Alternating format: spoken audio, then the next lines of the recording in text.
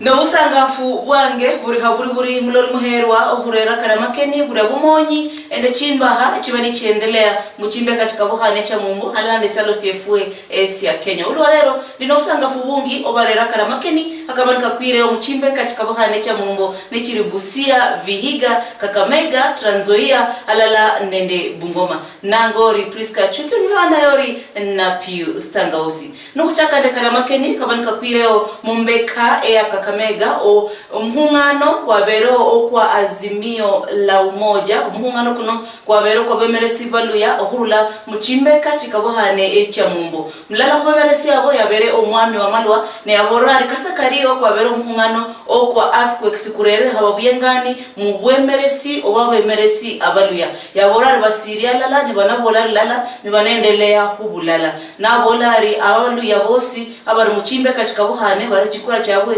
musikapo silala mibari inyuma eyo omwami Raila humahu wakechao akechikura hakurekese kanokosi ni kabolwa nende omwami wa malwa wabunge tulionao 43 out of 43 tuko na over 27 members of parliament wako hapa na sisi, meaning the majority members of parliament from Western Kenya. And I want the media to get these facts ili mjue Western imesimama wapi, because there are some masqueraders ambao wanasema wao wameenda na Western Sugoi. Ninyi mnaenda Sugoi kweli? Ninyi mnaweza tosha kwa wheelbarrow peleka Sugoi? So we want to make it clear to all and sundry that Western is intact na haijatingizwa hata kidogo na earthquake or the tremor we had about at home. Kweli si kweli? Na niwaulize, Waluya tuko na nyumba 18. Leo wazee wetu, the Luya Council of Elders, wako hapa kutoka kwa nyumba zote 18. Wakiwemo wazee wa Bukusu, wale ambao wataongea hapa waambie Wetangula has not consulted them. Mzee wetu Chairman Richard Volcano wa Bukusu Council wako hapa. Mzee wetu Patrick Wangamati, chair wa Luya Council of Elders, nyumba zote 18 wako hapa. Wazee wa Bukusu, wazee wa Maragoli wako hapa kwa council yetu. Wamesema neither Mudavadi nor Wetangula consulted them kuchukua uamuzi kuacha jamii tukiwa hapa waende Sugoi. Niwaulize jamani, if all our governors are here, all our senators, members of National Assembly, members of County Assembly, all our speakers, all our governors are here, na tuko na viongozi wawili, tuseme wewe una ng'ombe 18, upete ng'ombe zote 16 ziko pamoja, vile tumekaa hapa, na ni ng'ombe 2 zimejificha kwa kichaka pale Sugoi. Sasa ni hizi zimepotea ama ni zile 2? Ni sisi tumepotea ama wale wawili? Si ni wale wawili wako kwa kichaka kule Sugoi? Ninyi mtaenda nao ama waende peke yao? Waende peke yao, sio? Sasa hiyo ndio resolution yetu siku ya leo. Sisi tumesema tutembea pamoja na tunarudi mashinani. Tunarudi kwa kila county, kwa kila sub county in this region. Tutaenda kwa kila ward, kila sub location in this region, kwa kuhakikisha ya kwamba kura zote in our region zinaenda kikapu kimoja. Mko tayari tufanye hivyo? Mko tayari? Hebu nione mikono mnaosema mko tayari. Basi nafikiri hilo ndio jambo kubwa limetuleta hapa. Kuna wale wametuuliza, mmekuwa Kakamega December, mbona mmerudi Kakamega? Sisi tunasema wakati wa Masai wana jambo, mbiu ya mgambo ikilia kule Umasaini, Wamasai wanakutana Suswa. Mbiu ya mgambo ikilia hapa Western, tunakutana wapi? Kakamega. So tuko hapa to tell the nation, all and sundry, ya kwamba Western is unshaken, Western is united behind Raila Amolo Odinga. Na leo tunaanza safari yetu. Mwisho nataka niseme tuko na sababu imefanya tuunge azimio na sio ule mrengo mwingine. Because to me the choice is as clear as night and day. Kenyans have 2 clear choices. Kuna wale wametudanganya hapa ati wako Oka. ati wataenda watuletee serikali kwa OKA. Si msali walikuwa wanatanganya hapo. Nikawauliza hii OKA inamaanisha nini? Hawakuniambia. Kumbe kwa Kikuyu mtu akikwambia okahaha anamaanisha nini? Okahaha anamaanisha nini? Kumbe hawa jamaa mimi na upara niliwaambia farasi ni wawili, ni Raila na Ruto. Hao wakakaa katikati. Kumbe wamengoja Ruto hawaambii okahaha. Si Ruto amepita hapa juzi akawaambia okahaha, si walienda. Na unajua mtu akikwambia okahaha, ukienda unajua nani atakufinya kitu. Si Ayub Sabula ametuambia walifinya pesa ngapi? Hizo pesa wamegawana na ninyi watu wa Western. Si wamekula peke yao. So sisi tutaenda mbele and we want to take the route that will unite this country. And for me it is very clear that in this election, in this year, Kenyans are going to choose unity over division. Because we have one team that is talking about a united indivisible nation called Kenya under the Azimio ban. Lakini tuko na ile timu nyingine ya UDA wamekuwa Eldoret juzi wakisema kuna madoadoa na kuna wale sio madoadoa. Hiyo ni kugawanya wa Kenya ama kuunganisha wa Kenya? Sinagawanya wa Kenya kwa misingi ya kikabila, kusema hawa ni madoadoa, wale ndio sio madoadoa. Sisi tumesema hatutakubali siasa ya kutugawanya kwa misingi ya kikabila, misingi ya kidini ama kiuchumi. Kusema sisi ni hustler nation, wale wengine ni dynasties, hatuwataki. We want ile barabara ya unity ya Azimio ambayo itatuunganisha sisi sote, that will not just be for the hustler nation but the entire Kenyan nation. 47 million of us in all our 47 counties. Munaunga hiyo mkono? Mwisho tuko na mambo ya ufisadi. Mimi nikianza safari na Uhuru Kenyatta, na leo lazima nikubali haya. Before the Luhya nation, sijawahi support Raila Odinga mimi. Mimi nimekuwa na Uhuru Kenyatta. Na Uhuru Kenyatta amekuwa anapigania vitu viwili, to unite this country and to rid it of corruption. Lakini juzi nimeangalia pale Bomas. Wale nimeona pale Bomas ilikuwa kama the legion of the extraordinary saboteurs of the Kenyan economy. Wale walioharibu uchumi wetu from the 90s, wale walio the owners wa kashfa zote Kenya, wamehesabiwa hapa. Hebu niwaulize nione kama mlikuwa makini. Mwenye kashfa ya Goldenberg na Anglo Leasing ni nani? Ni nani? Si mlimuona Bomas? Mwenye kashfa ile ya Tokyo na dhahabu ya DRC na ile nyingine ya huyo ni nani? Ni nani? Si mlimuona Bomas? Mwenye kashfa ile ya NYS waliokula mabilioni ya pesa ni nani? Ni nani? Mlimuona Bomas? Mwenye Aror na Kimwarer na mahindi na skando zote ni nani? Mlimuona Bomas? Sasa jamani, tukisema tuachie taifa hili, wenye kashfa zote umehesabu hapa, sio mimi nimetaja majina yao, si ni nini jamani? Tunasema this Kenya na uchumi wa Kenya uko safe. In whose hands is our economy safe? In whose hands is Kenya safe? Mwisho, mambo ya devolution. Mimi nimekuwa waziri wa ugatuzi. Hawa magavana tumefanya kazi nao. Na watu wa Kakamega, we must thank you. Mulitupa gavana wa nguvu sana. Huyo Paranya has made a mark kwa historia ya devolution ya taifa letu.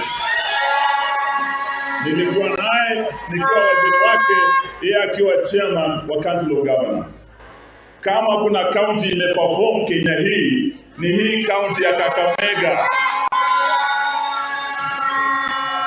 Lakini pia tunajua the future of devolution, in whose hands is devolution safe? Kuna yule alipinga devolution 10 years ago, 2010. Akasema had no to this constitution that brought us devolution. anaitwa nani? Lakini there is the one who championed devolution and akahakikisha 7 million of us said yes, ndio tukapata ugatuzi, tukawa na serikali zetu hizi 5 na zile zingine 42. Ni nani alichampion devolution tukawa nayo Kenya? Ni nani alipiga devolution? Nani alipiga devolution? Nani aliunga devolution? Kwa BBI ni nani ametaka kuimarisha devolution? Sasa the choice to me is as clear as night and day. If we want devolution to be protected, the champion of devolution is none other than Raila Amolo Odinga. If we want our economy to be safe and Kenya to be protected from economic sabotage.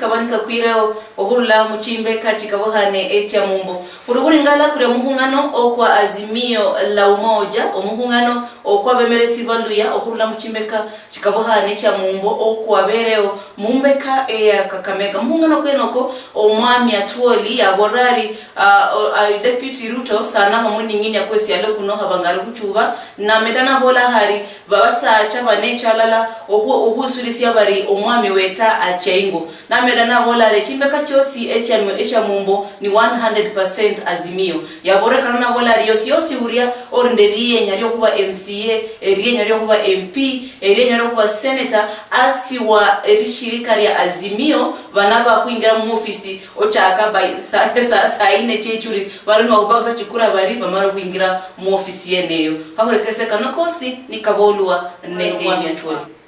Ukiwa mwombaji ndio mambo inafanyika kwako hivyo. Kwa hivyo mimi nataka kuwajulisha tu nyinyi mfanye hivi. Tubaki kitu kimoja, na mimi nataka hao watu wa magazeti na watu wa television. Nimesema Western Kenya yote iko kwa azimio. Na watu hawaamini. Nataka hizi kamera ziangalie kwa watu, mbebe mkono. Wale wako kwa azimio, please. Turn your cameras. Turn your cameras.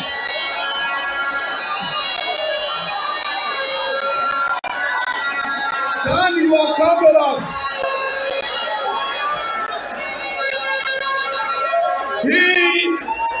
Hii umati uko hapa unashinda ule Ruto alikuwa nao jana Kiambu. Unashinda ule umati Ruto alikuwa nao katika Kirinyaga siku ya Jumamosi. Na wengi wenu mnatengeneza kamera kuonyesha Ruto alikuwa na watu wengi.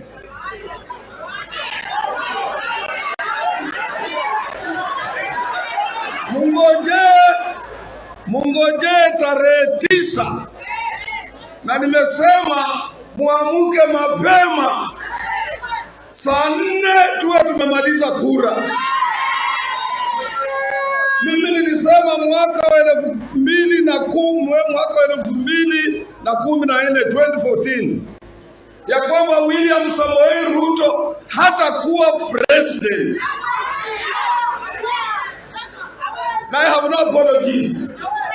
Now it is not if or in the event. There is nothing that in the event he becomes. There is nothing like in the event when he will not. Nasikia. Kwa hivyo mimi nilikuwa nataka kuhakikishia hiyo. Mimi ndio natembea na hawa. Mimi ndio najaribu kuweka watu wetu pamoja. Mimi ndio kinara yao. Na mimi ndio naangalia.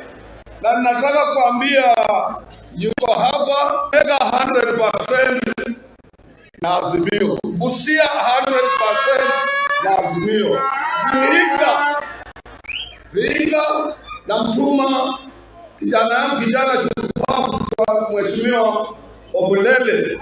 Amwambie Mboko Miremba atapotea, mimi ndio nilipeleka yeye huko. Atoke huko. Bungoma na Mwasame yuko hapa, Mwasame yuko hapa. Kuna reporter hapo. Yule reporter anaitwa Mwasame, ndiye anajua kazi tulifanya Bungoma last time. This time, mimi I'm going to concentrate in Bungoma. Naenda kufungua ofisi Bungoma. Abasaba wenye kuchokolela na Bungoma hili.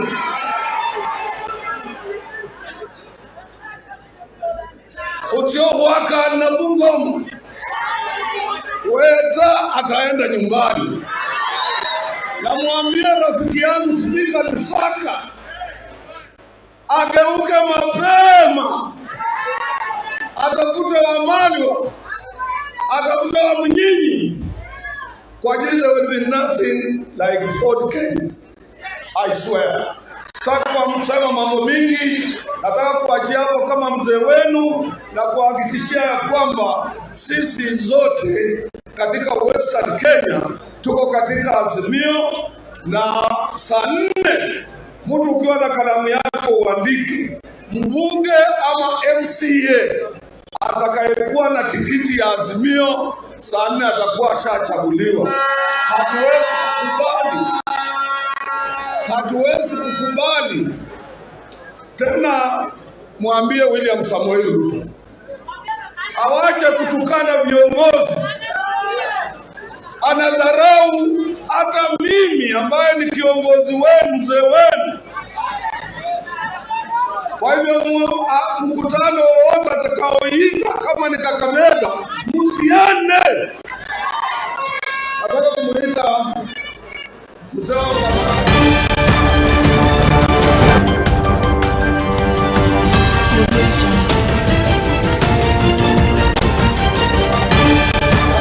natembea owabere muhungano kwenoko asabere baluya mbabamede huringala akehore ha omwaka kwa 2027 baada yo kuba chikura nabola baluya ni barnamba habiri mu chikura cyabo musalo sefwe esi ya Kenya nabola riye yarwero yechari yabo hulo berane ne building bridges ya rero no rero yo niyo siri oryo chiriri cyari shirikari ya azimio la umoja ya borara bandu yakata kariyo bari bangi, lakini nibula mukabo ukaba kuria okuendelea mu national government abalu ya babulao haba tunatembea sabere baluya vamede kura chikura cyabo musikapo silana ili vamede kusirisia uhu babari ababwe kusirisia kubisala biria evyakulu akurekerese kanakosi nikabona natembea.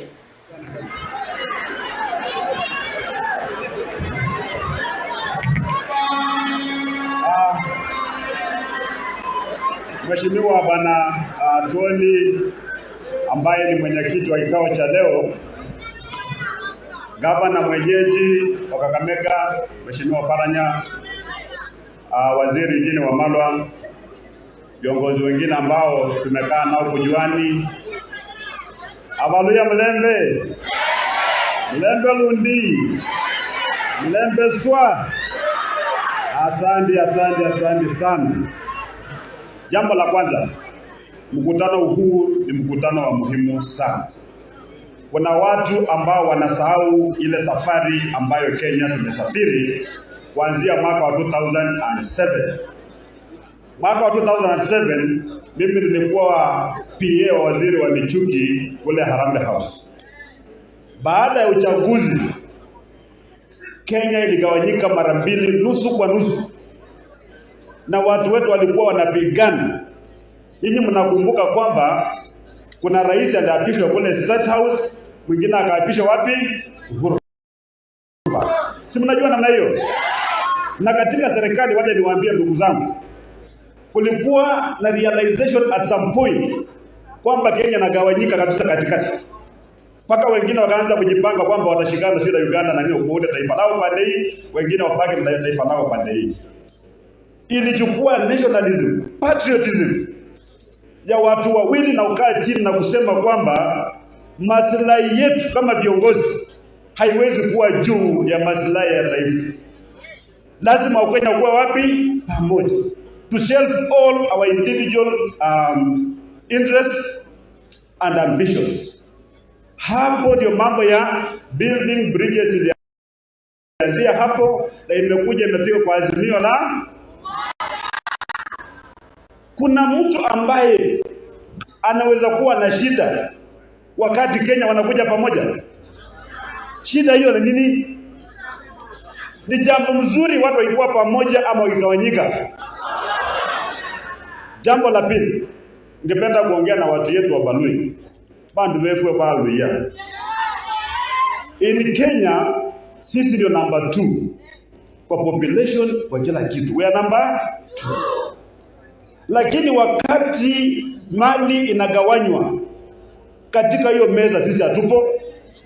We are not there. Kwa sababu kila wakati kura ikifika tunakuwa disorganized. Jamii zote za Kenya ndio tunaongea saa hizi zote zimeshikana namna hii. Hata wale ambao wanapigana kule Rift Valley imekuwa kule. Saa hizi wameshikana hivi. Maana wanajua uamuzi uzuri wa kuwa ndani ya serikali ni nini. Wanajua. Lakini sisi Waluhya hatujui maana ya kuwa ndani ya serikali. We don't know. Ndiposa kila mtu saa hizi anapanga vile atakuja kuchota kura kidogo. Kutoka wapi? Western. Wetangula hawezi kuwa president. Hajawahi hata kusimama, amekuwa anatisha kusimama. Ninyi mnajua hivi. Musalia Mudavadi inja ya Vihiga hata kule kwetu kule Trans Nzoia hajulikani. Hawezi kuwa president. Lakini unajua kwa sababu Waluhya wakati wa kura ni watu ya kupangwa, iko njama ya kuchota kura kidogo itoke pande hii iende mahali pengine potee. Alafu wakati ugawa mali badala kwenda kunegotiate tunaenda kuomba. So leo kama mtasahau mambo yote na Tembe amesema, tafadhali mwaka huu jamii ya Western na tuko wote, kuna Waluhya, kuna Wakikuyu, kuna Wajaluo, sisi wote tuko Western. Weka kura mahali pamoja. Ili tusigawiwe tukue watu wa kugawa. Tunaelewana? Na muongee lugha yetu, acha kuogopa. Fuenda kuloma lula malwefe bali ni ukabila. Lakini watu wengine wakiongea lugha yao inakuwa ni. So ile kitu ningependa tukusema kwamba mkutano wa leo isitoka hapa kikuwa ni 0. Nyinyi ni viongozi, twende kule nyumbani kuhakikisha kwamba hakuna kura ambayo inapotea. Kuna watu wengine wanapigia watu kura na wamwonea huruma. Azende hamupile tawe na nula mupile. Hiyo ni kuharibu kura. Hiyo ni kuonea huruma. Azende hamupile tawe na nula mupile. Hiyo ni kuharibu kura.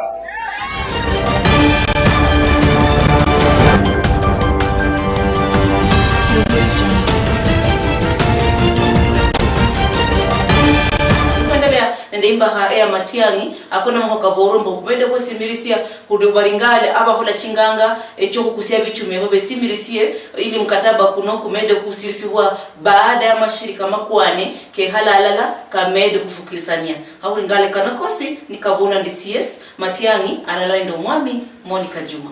We are working together on how to keep our people safe. If you saw what happened at Kayole, you actually arrived there and immediately kneel down and thank God. We had hundreds of our people right under those pylons.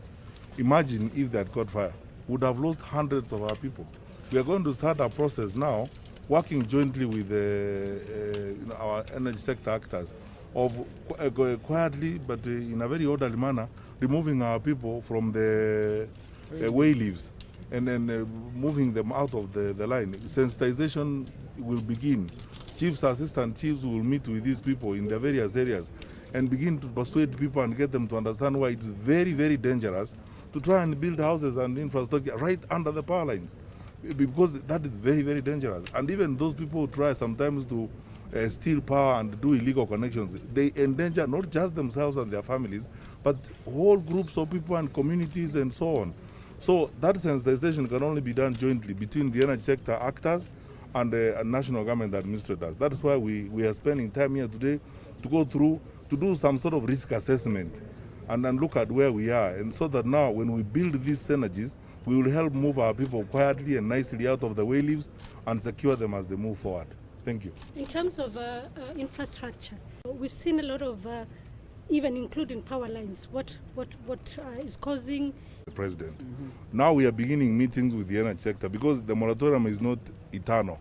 The President imposed a moratorium over a period of time so that we can organize the sector and re-register the dealers and understand and explain to them how they should do their business. We are not lost to the fact that all these scrap metal dealers derive our livelihood from there. They have employed a lot of our people. It's an aspect of our economy. But we can also not do it in a manner that endangers our people. Because what we have seen in the vandalism of infrastructure is actually exposing the country and almost the entire of our population in some cases to grave danger. So that is why we have a moratorium for a short period of time.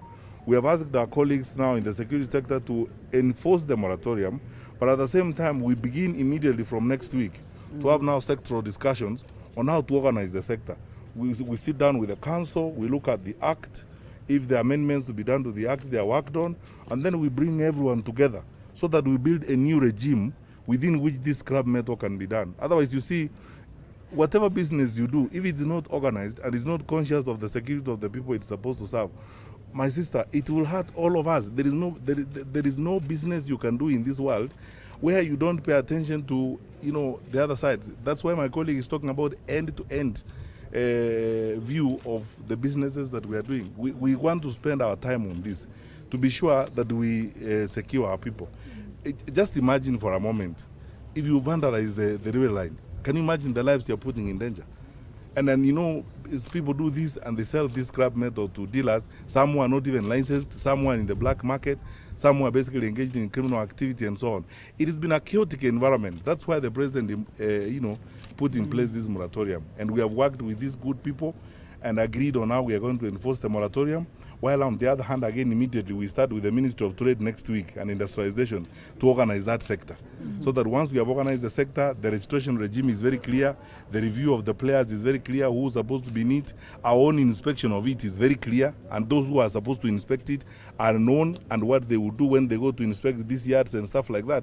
Then the business begins operation again. How bad is the vandalism? I'll give you an example. In South Africa, the railway line is collapsed. The road sector, where this vandalism is endangering lives and so on. We have identified the spots where this has been done.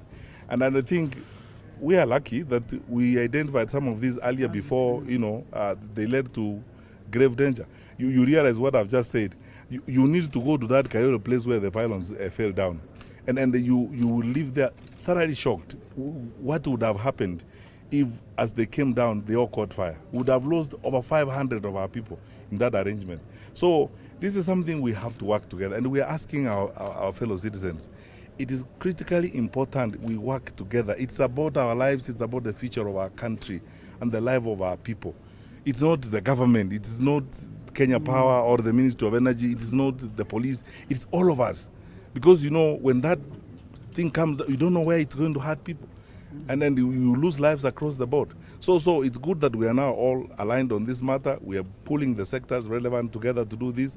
And I'm very optimistic that meetings of this kind are leading us in the right direction. Thank you.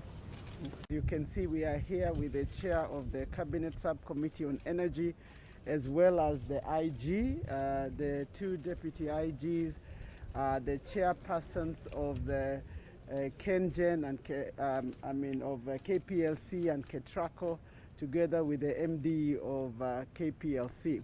We have had a morning of engagement with all the actors that are responsible for our energy infrastructure across the country. We have met with the RCs from the national government and national government. We have met with the police commanders. We have met with the county business managers of KPLC that deal with the issues of power. The intention of this meeting was really to agree on a framework of securing and making sure that our infrastructure from end to end is secure, resilient, and functioning optimally. So that they will be left here after guidance from both the chair of the Cabinet Subcommittee and myself to work out the details of ensuring that our population is engaged in surveillance and in ensuring that this infrastructure is safe. Of course, the background to this are the incidences that we have experienced in the last 6 weeks. And as I spoke to the nation a week ago, I promised that we are doing everything possible to make sure that we are not faced with those types of challenges again. So that's why we are here, and thank you very much for conveying this message to the nation. the Kenyans, are the citizens going to be involved in helping to protect this infrastructure? One of the reasons we are here with the officers from the National Administration is to really help us call upon the citizens to play that civic duty. You know, we have a civic duty to secure public assets because they are our assets. So the role of the Kenyan citizens is critical in ensuring that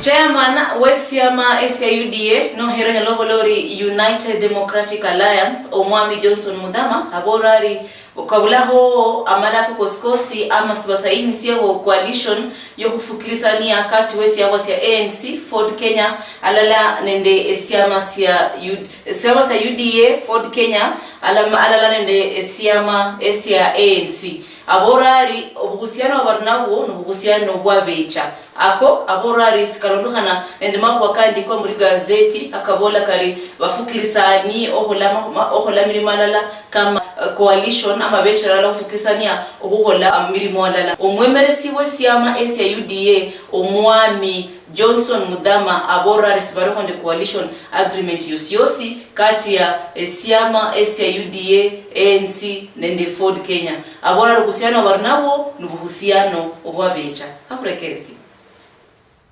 Although I should be issuing this statement from the party headquarters, because of the issues that has been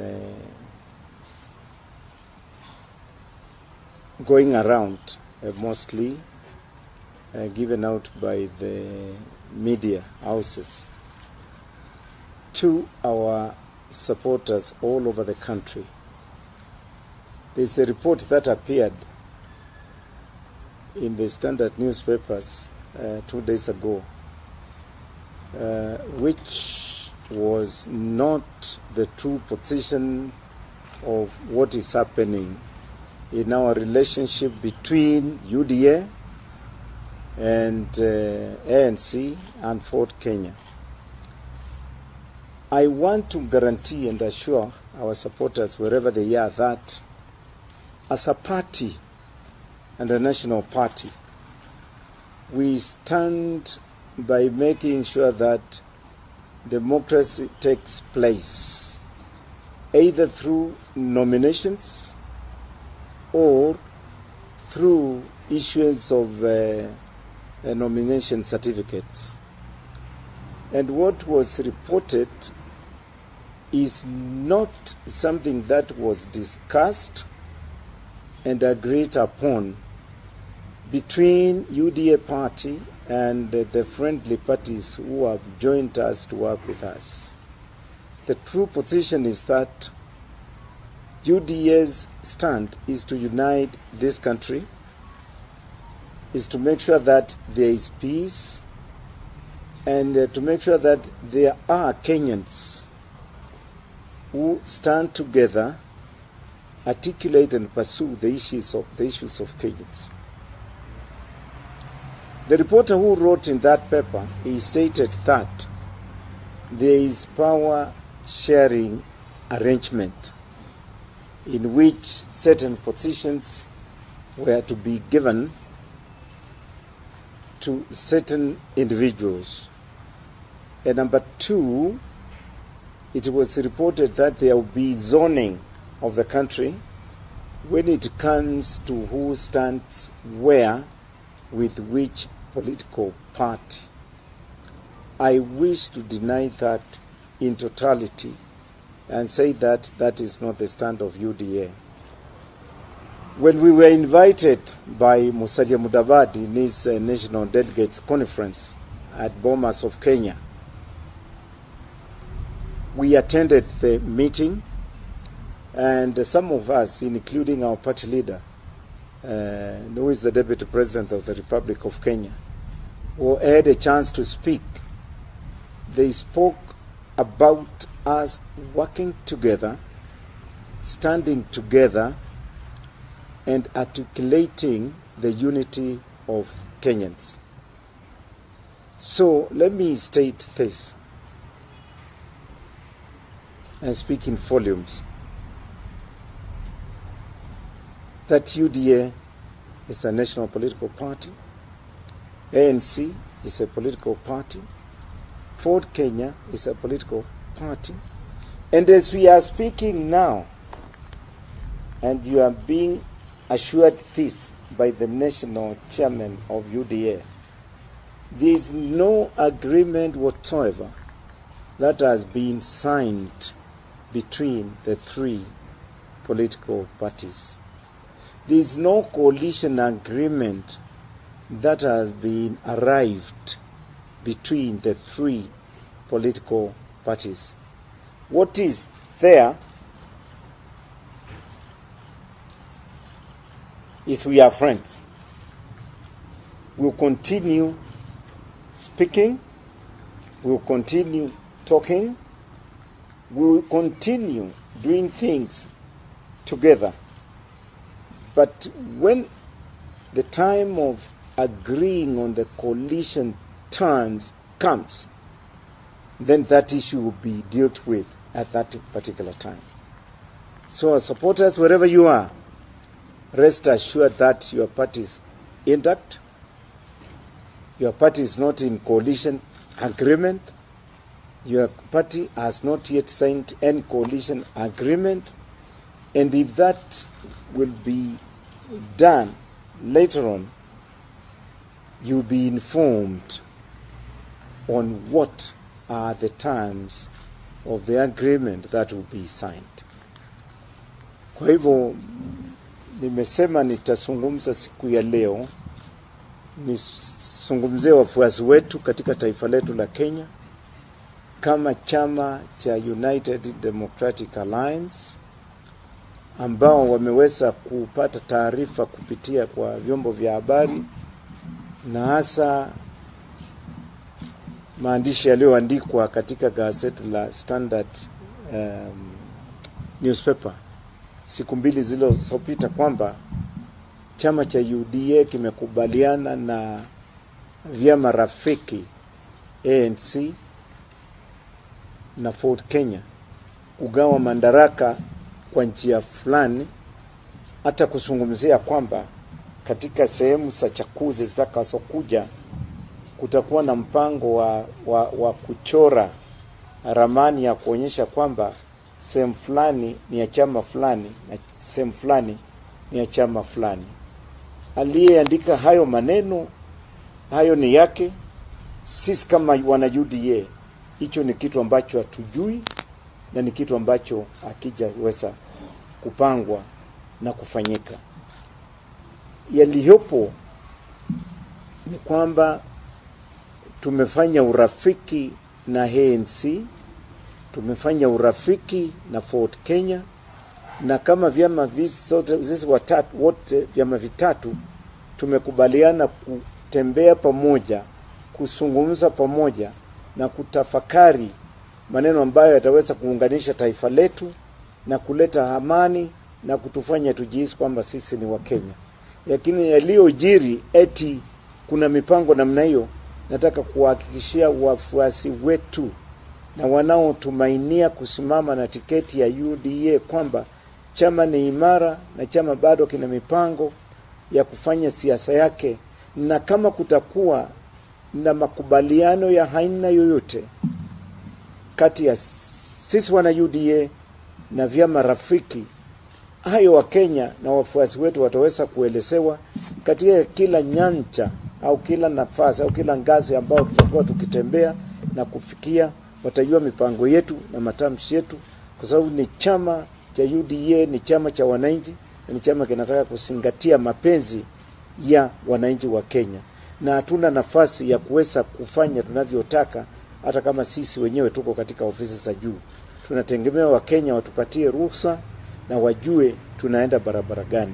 Kwa hivyo hawa ni marafiki na tunategemea kufanya urafiki na wengine wengi, lakini mambo ya kusema kwamba kuna coalition na muungano ambao utafanywa kati ya vyama vitatu au sita au ngapi, hayo ni mambo yatazungumziwa baadaye, na hata nyinyi waandishi wa habari mtaitwa na kuambiwa sisi leo tumekubaliana kufanya hii na hii na hii, na tutatembea barabara hii, na hiyo itakuwa ni bahati ya kuwahusisha wafuasi wa UDA katika maneno yale ambao yatakuwa yamezungumziwa na yanaendelea.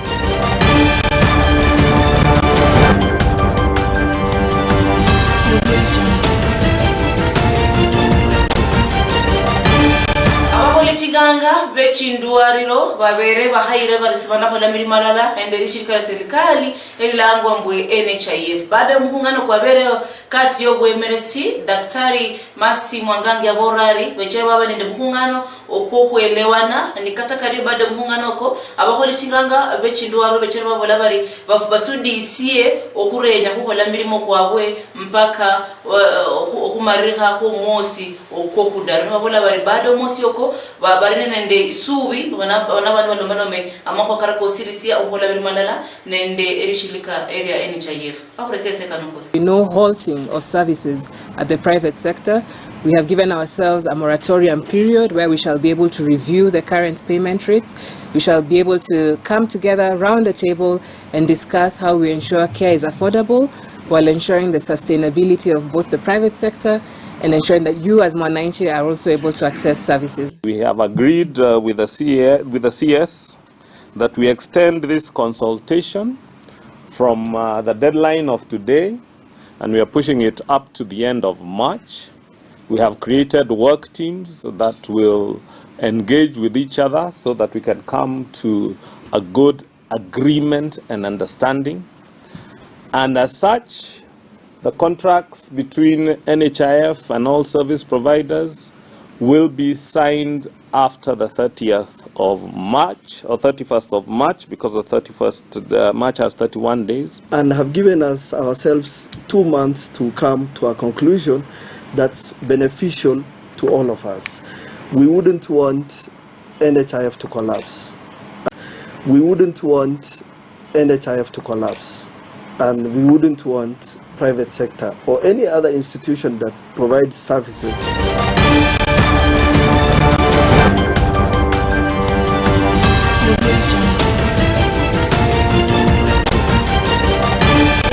Pastor Msembi ohurula mumbe kandala musialosi ya Kenya asabire erishirika area Kenya Corporate Board mbarimede huringara amalako karaka veresi ibwe amalako karaka rinda avembi vechinyi bochisinzo mwami ndo huveresi ya mwami luyari abore kano nari maska hu mlala huwa abwe kumlala hu mwimbi maska kenda kwa warare mwimbo wasi uno afuire no murifo reri no simauzi usio sisiria esi abana alehere kataka rio yemba chinyi mbochifuma aborari serikali ingire kati imede huringala mamala ko karakarere bukarerweo amala ko karaka honya avembi avemba chinyimbo echisinzo mwambi ende chinyimbo chososi chiria echibari chifumia bana siasa ahurekerse kanokosi nikabolo ndi Pastor Msembi. Nafikiria kama waimbaji wa taifa la Kenya tunapozika mmoja wetu siku ya leo tuna uchungu sana, kwa sababu tunazika muimbaji ambaye amekufa fukara. Waimbaji wa Kenya hawana mapeni, hatuna kipato, tuko na watoto, tuko na jamii tunasomesha, na unakuta muimbaji hapati hada yake inavyotakikana. Serikali imeshindwa kutusaidia. Hivi ninavyozungumza ni wazi kwamba hatuna leseni. Vyama vyetu vya MCSK, chama ya Camp, chama ya Prisca hazina leseni. Na kwa sababu hatuna leseni, mziki yetu inachezwa kwa bure. Ukienda kwa mahoteli, ukienda kwa matatu, ukienda kila mahali. Na hii ni makosa. Kama serikali inaweza kuzingatia, ikatusaidia sisi waimbaji wa Kenya tuweze kupata haki yetu. Muimbaji anapopata shilingi 700 mwisho wa mwaka si haki. Si haki hata kidogo. Mziki wetu unapochezwa, na vyama hivi tumesumbuana kwa muda wa takriban miaka 2 sasa. Hakuna kitu inafanyika. Tunapata leseni na zinachukuliwa. Zikiregeshwa tena ni mambo ya kotini. Tutafanya hivyo mpaka lini? Kenya Copyright Board itusaidie tuweze kupata haki yetu kama waimbaji. Na muimbaji akipata haki yake, hatutazika waimbaji katika hali fukara kama hii. Waimbaji wengi wataitwa kutunga nyimbo na kuimbia wanasiasa. Ni vyema kabla muimbaji hujaimba na hujafanya wimbo wote wa mwanasiasa mfanye mkataba. Wale wanasiasa wanaokataa kulipa waimbaji wanakosa sana. Wengine wanaambia himba tutaongea, himba tutakubaliana, na kisha himba. Kama ninahuzunika sana nikisikia huku Machakos wako watu waliimba nyimbo wakaingiza watu katika nafasi za uongozi, na hao mpaka sasa wachukui na simu. Ni makosa. Muimbaji yule ana watoto, muimbaji yule hako na madeni, hako na vitu za kulipa. Ni heshima kubwa kama itawezekana wanasiasa tunapofanya kazi na waimbaji wapewe haki yao. Wanapofanya huduma na kumtumikia Mwenyezi Mungu pia wapatieni haki yao. Katika bunge tunataka sheria ambazo zitakuwa friendly to musicians. Mara nyingi zile sheria zinazotungwa unakuta ni za mabwenyenye, zitakao wafaidi pengine watu ambao hawataki kulipa, hawaoni kama ni haki ya muimbaji kupata haki yake. Hizi sheria zinatakikana ziangaliwe, na tunaomba kama inawezekana rais wetu, tuna vyama vinasimamia waimbaji. These are private entities. Hatuna nafasi ya kukufikia rais, hatuna nafasi ya kufikia waziri. Amezungukwa na watu ambao wanatuona sisi ni watu wabaya. Ya rais, hatuna nafasi ya kufikia waziri, amezungukwa na watu ambao wanatuona sisi ni watu wabaya. Ila tunaomba kama inawezekana tuketi chini kwa meza.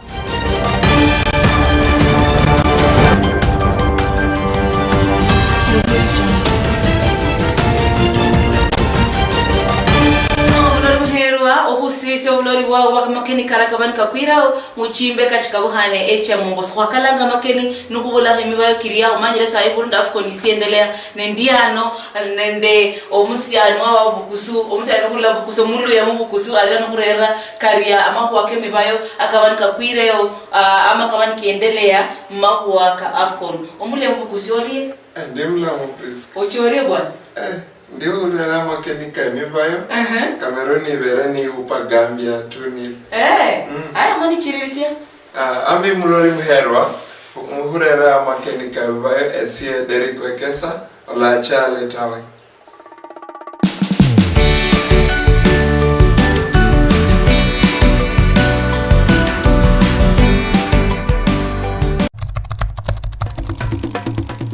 ambi handi hutirna na amakeni ka emivayo uchaka na Afcon nkumu ya kwa Afcon msiviala sa Cameroon kutirna na i stage ya ikota icha msemis nkurera chiaila cha quarter finals itimu ya Cameroon ya vereni nywesa Gambia chigoli chiviri msifuri na itimu ya Senegal ya vereni nywesa chigoli chidaru mdala itimu ya Equatorial Guinea no iverene ekipa ngali sana.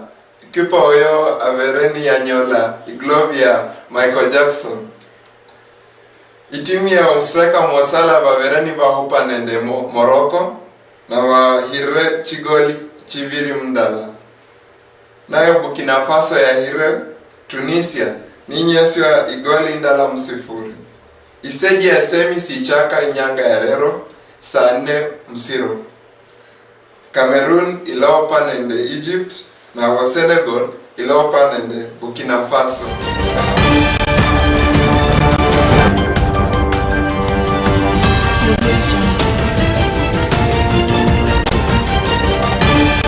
Sendo lambwe ngulo habola mambo wa Cameroon de Egypt inataka Cameroon. Ambi Prisca Egypt sinyala ira Cameroon walina vijana machachari Cameroon walina homa ndo omanya Egypt ya malochia mpaka yola ya bae ko barand experience omala kucha ko imbele kabisa barand experience Egypt ya anga na kumba kuno ada Morocco ya vere ambi huira wachire penalty lakini mula kwa langa Afcon la sa Egypt Cameroon kwa kuranga ora Cameroon haya mani marisia ambi mkosi mwero kwa kurekesia ingangara Western Nyota TV esenda aba Derek Wekesa na hurera makeni kemi bai horana inyanga indi Orio muno mulora muherwa kusirisia obulori bwao bw'amakeni kabanika kwire ohula muchimbe kachika buhale echa mumbo kuriano okusirisia makeni yako akabanika kwire muriru kariria eria kulu muriru kariria rechi county eriru kariria rechimbe kachika buhane rechi ngongo mpaka ria madala kefwe mbola orio kulobulori bwao nisinda hamarisia nindrela yambo sebana ngana pistanga usi ni malani mbola mbo Western Nyota TV evindu vichenjanga ano Neo.